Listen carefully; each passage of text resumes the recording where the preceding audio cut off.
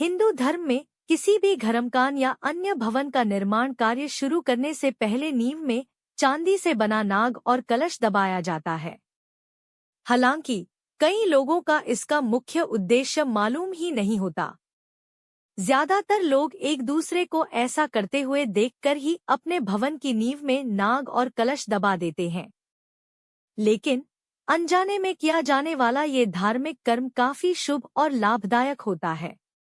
आज हम यहाँ आपको नींव में दबाए जाने वाले चांदी के नाग और कलश का मुख्य उद्देश्य बताने जा रहे हैं।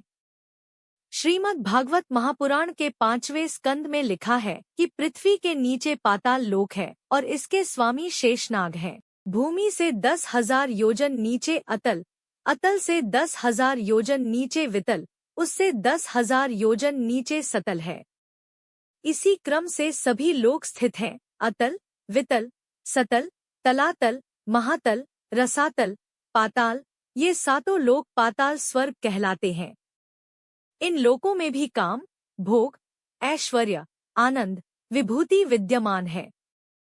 इन लोकों में दैत्य, दानव, नाग और अन्य आनंद पूर्वक भोगविलास के साथ रहते हैं।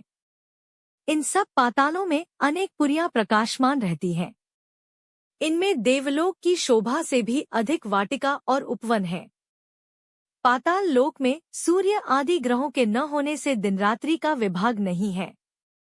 इस कारण यहाँ काल का भय नहीं रहता है। यहाँ बड़े बड़े नागों के सिर की मणियां अंधकार दूर करती हैं। पाताल में ही नाग लोक के पति वासुकी आदि नाग रहते हैं। श्री शुकदेव के मतानुसार पाताल से 30,000 योजन दूर शेषजी विराजमान है। शेषजी के सिर पर पृथ्वी रखी है। जब ये शेष प्रलय काल में जगत के सहार की इच्छा करते हैं तो क्रोध से कुटिल भ्रिकुटियों के मध्य 3 नेत्रों से युक्त 11 रुद्र त्रिशूल लिए प्रकट होते हैं। पौराणिक ग्रंथों में शेषनाग के फन, मस्तिष्क पर पृथ्वी टिकी होने का उल्लेख मिलता है।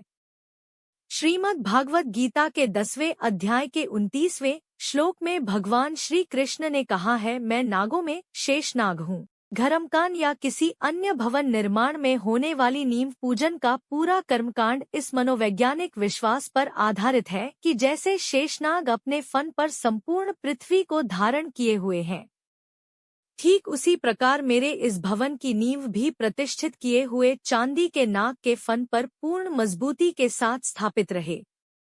शेषनाग क्षीरसागर में रहते हैं, इसलिए पूजन के कलश में दूध, दही, घी डालकर मंत्रों से आह्वान कर शेषनाग को बुलाया जाता है ताकि वे साक्षात उपस्थित होकर भवन की रक्षा का भार वहन करें। नींव पूजन में भगवान विष्णु रूपी कलश में माता लक्ष्मी स्वरूप सिक्का डालकर पुष्प और दूध अर्पित किया जाता है, जो नागों को अति प्रिय है। भगवान शिव का आभूषण तो नाग ही है।